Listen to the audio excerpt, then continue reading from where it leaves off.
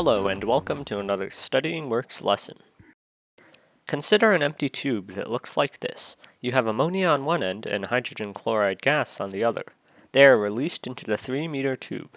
Where exactly will the reaction take place? You might think the middle, just because it's, well, the middle, but that's not the case. At the same temperature, the NH3 and the HCl will have different velocities. The molecules of one will move, on average, faster than the other.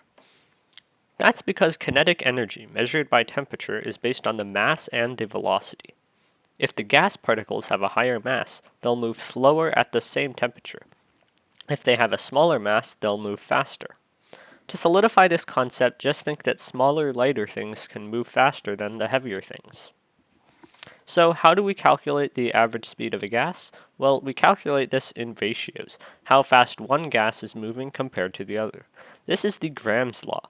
Velocity of one gas over velocity of gas 2 equals the square root of molar mass gas 2 over molar mass gas 1.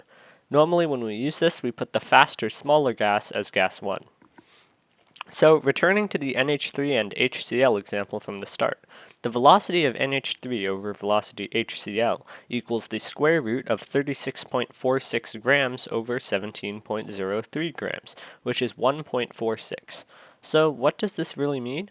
NH3 moves 1.46 times faster than HCl. In terms of a gas filling a space, this is called diffusion, and escaping from a container is effusion. So NH3 diffuses and effuses 1.46 times faster than HCl. Now let's return to the gas tube.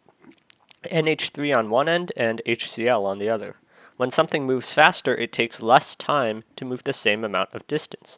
When something moves faster, it also means that it covers more distance in the same amount of time.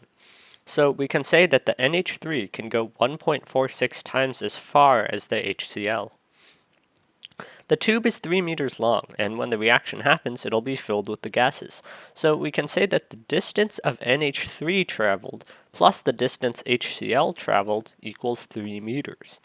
NH3 travels 1.46 times as far, so 1.46 times the distance HCl plus the distance HCl equals 3 meters. This is a simple algebra problem.